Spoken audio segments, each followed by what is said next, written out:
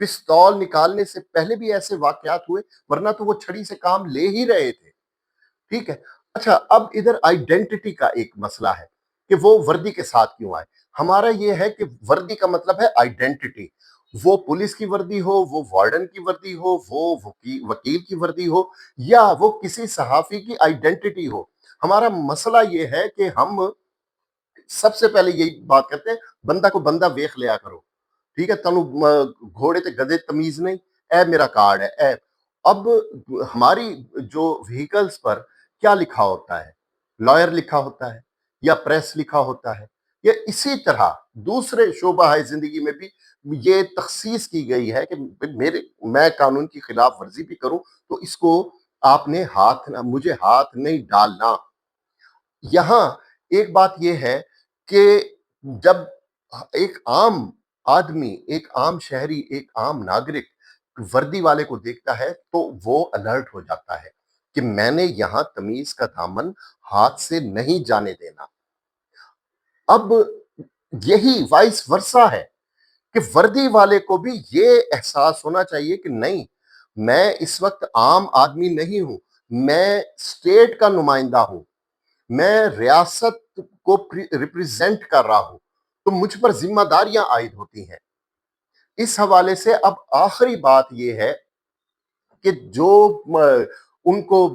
تحویل میں لے لیا گیا فوجی افسر کو، اور ان کے پرچے بھی کٹ گئے ہیں، سب کچھ ہو گیا ہے، لیکن اس میں اصل بات یہ ہے کہ ان کے خلاف تو جو محکمانہ کارروائی ہوگی سو ہوگی، اس میں اس بات کا نتارہ بھی ہو جانا چاہیے کہ یہ واقعہ پیش کیوں آیا،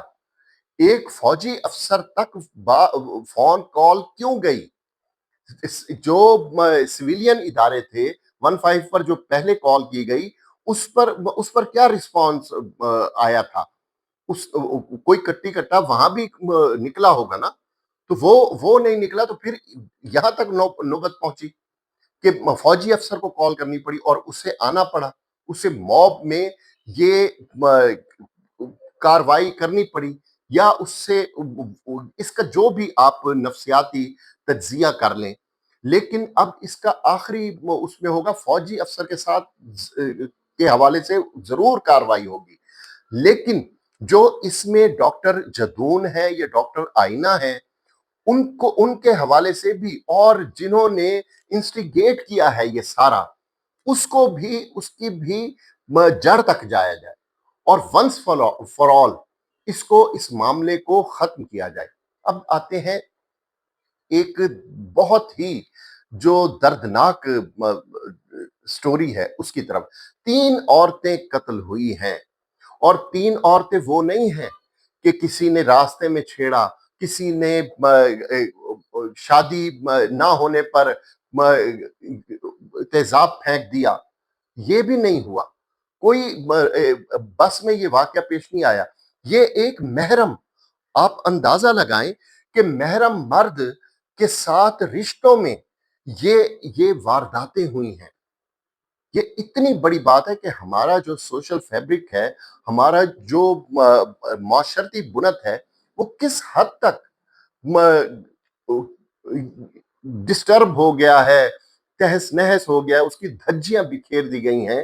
کہ اس میں جو قتل ہونے والی ہیں وہ اپنے محرموں کے ہاتھوں قتل ہوئی ہیں، وہ اپنے باپ کے ہاتھوں قتل ہوئی ہیں، وہ اپنے سابق شوہر یا موجودہ شوہر کے ہاتھوں قتل ہوئی ہیں۔ ایک پہلی ہے ہینا جاوید، ان کو اس کا شوہر قتل کرتا ہے، اور شوہر کوئی عام شوہر نہیں ہے، وہ پروفیسر ہے، اور کچھ دن پہلے اس کی یوٹیوب پر ایک ویڈیو بھی ہے جس میں وہ بچوں سے مکالمہ کر رہا ہے کہ جی اگر بیوی ایسے کرے تو کیا اس کو مارا جا سکتا ہے، بچے کہہ رہے ہیں کہ نہیں جی اس میں تشدد ہے، یہ نہیں کرنا چاہیے، اور وہ بچوں کو سمجھا رہا ہے کہ نہیں، جب اس طرح کے حالات پیدا ہو جائیں تو مارنا مینڈیٹری ہو جاتا ہے۔ یہ تھا وہ سائیکو، وہ ذہنی مریض۔ اب دوسری ہنا ظریف ہے، والد نے سابقہ شوہر کے ساتھ مل کر قتل کیا ہے، اس خاتون نے خلا لی ہوئی تھی، اور یہاں بھی غیرت انوالو ہے۔ تیسری ہے عائشہ، اس کے بھی والد نے قتل کیا ہے، یہ عائشہ ٹک ٹاکر ہے، اور جیسے ہی ہم دیکھتے ہیں کہ سوچتے ہیں کہ یہ ٹک ٹاکر ہے، تو ہم یہ سمجھتے ہیں کہ شاید یہ سیدھی راہ سے بھٹکی ہوئی ہے، حالانکہ نہیں۔ اب ٹک ٹاکر تو وہ اصطلاح ہے کہ آپ کی ایک پارٹی کا سربراہ، جسے بلاول بھٹو زرداری کہا جاتا ہے، وہ اپنے اتحادیوں کو، اپنی حکومت کو یہ دھمکی دیتا ہے کہ الٹی گنتی شروع ہو گئی، tick tock tick tock tick talk.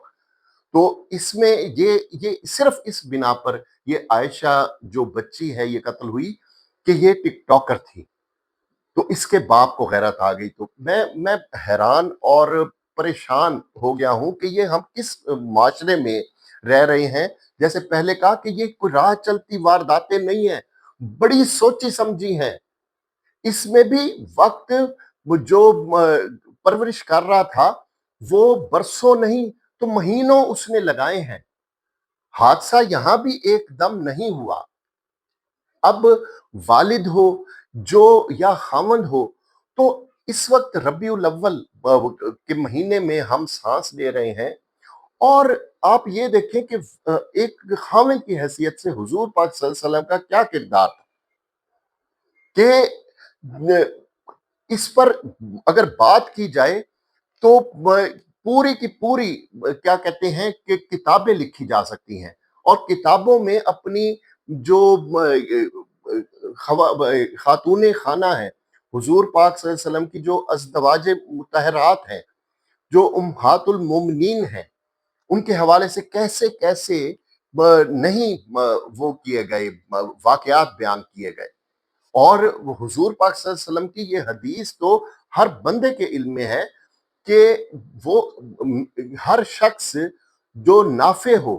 وہ اپنے سب سے پہلے اپنے گھر والوں کے لیے وہ مفید ہو، وہ نافع ہو، اور اس کے میں بھی اپنے گھر والوں کے لیے سب سے زیادہ مفید ہوں، سب سے زیادہ رحمت کا باعث ہوں۔ یہ اس حدیث کی کا مفہوم ہے۔ اور دوسری بات یہ ہے جہاں تک والد کی وہ ہے، اس میں تو حضور پاک صلی اللہ علیہ وسلم کی جب حضرت فاطمہ رضی اللہ تعالی عنہا تشریف لاتی تھی تو آپ صلی اللہ علیہ وسلم کھڑے ہو جاتے تھے اور اپنی چادر مبارکہ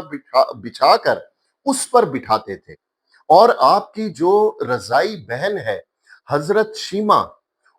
وہ بھی جب آئیں تو ان کے لیے بھی آپ صلی اللہ علیہ وسلم نے اپنی چادر بچھائی، ادھر انہیں بٹھایا۔ ان کے ساتھ جتنے بھی قید ہو کے آئے تھے ان کو سب کو آپ صلی اللہ علیہ وسلم نے رہا کیا، وہ قیدی بن کر آئے تھے، رہا کیا اور انہیں تحفے تحائف سے لاد کر بھیجا۔ یہ تھی بہن کی، بیٹی کی، بیوی کی عزت۔ جبکہ ہم کیا کر رہے ہیں؟ یہ ہمارا ملک اور معاشرہ یعنی کیا کہنا چاہیے، رہنے کے قابل نہیں بنتا جا رہا۔ اللہ ہم سب کا حامی و ناصر ہو۔